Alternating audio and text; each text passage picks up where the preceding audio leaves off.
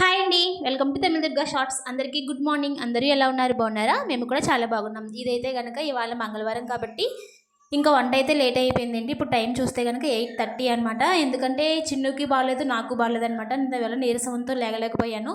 ఎప్పుడు లేచేలాగే 6 గంటలకే లేచాను కానీ ఇంకా బద్ధకంతో అలా కూర్చునిపోయాను అనమాట.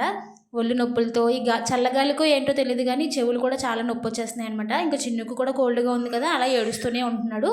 ఇంకా నేనైతే వచ్చేసరికి అత్తయ్యమ్మని వంట చేస్తారేమో అనుకున్నాను కానీ ఆవిడైతే చేయలేదు. అన్నం అయితే వండారనమాట. ఎక్కడో పని ఉందని చెప్పి బయటికి అయితే వెళ్ళారు అర్జెంటుగా. మరి ఏంటో తెలీదు, వచ్చిన తర్వాత తెలియాలి. ఇంకా నేనైతే అన్ని కాయగూరలు అయితే వేసి సాంబార్ అయితే పెడుతున్నానండి. ఒక 2 క్యారెట్లు, 2 ములక్కాడలు, కొన్ని టమాటాలు, కొన్ని చిక్కుడుకాయలు అయితే ఉన్నాయన్నమాట. ఇవన్నీ వేసి అయితే నేను సాంబార్ అయితే పెట్టుకుంటున్నాను. అలానే ఇంకా దొండకాయలు సైడ్లో కోస్తున్నాను అనమాట, వేపుడు పెడదామని చెప్పి. వేపుడు పెట్టేస్తే ఇప్పుడు పెట్టేస్తాను, లేదంటే కోసేసి ఫ్రిడ్జ్లో పెడతాను, వచ్చిన తర్వాత పెట్టుకుంటాను. ఎందుకంటే నేను 10:30కి వెళ్దామని చూస్తున్నాను. ఇప్పుడే టైం 9 అయిపోతుంది, మరి ఎలా అవుతుందో తెలీదు. ఇంకా ఈలోపు అయితే పొయ్యి మీద పప్పు వేసానండి. పప్పు అయితే సగం ఉడికిపోయింది. ఇంకా టమాటాలు, పసుపు ఇవన్నీ అయితే వేసేసి మళ్ళీ అయితే మూత పెట్టాను. ఇంకా దించేసిన తర్వాత శుభ్రంగా కలబెట్టేసి ఇంకా మళ్ళీ ఇంకొక దాకైతే పెట్టుకొని పప్పు అయితే తాలింపు పెట్టుకుంటాను. చింతపండు ఇవన్నీ నానబెట్టేసుకున్నాను రెడీగానే.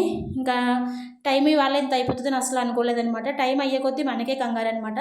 ప్లీజ్ మీరైతే మన ఛానల్ని సబ్స్క్రైబ్ చేసుకోండి. మధ్యాహ్నం వ్లాగ్లో కలుద్దాం. బాయ్.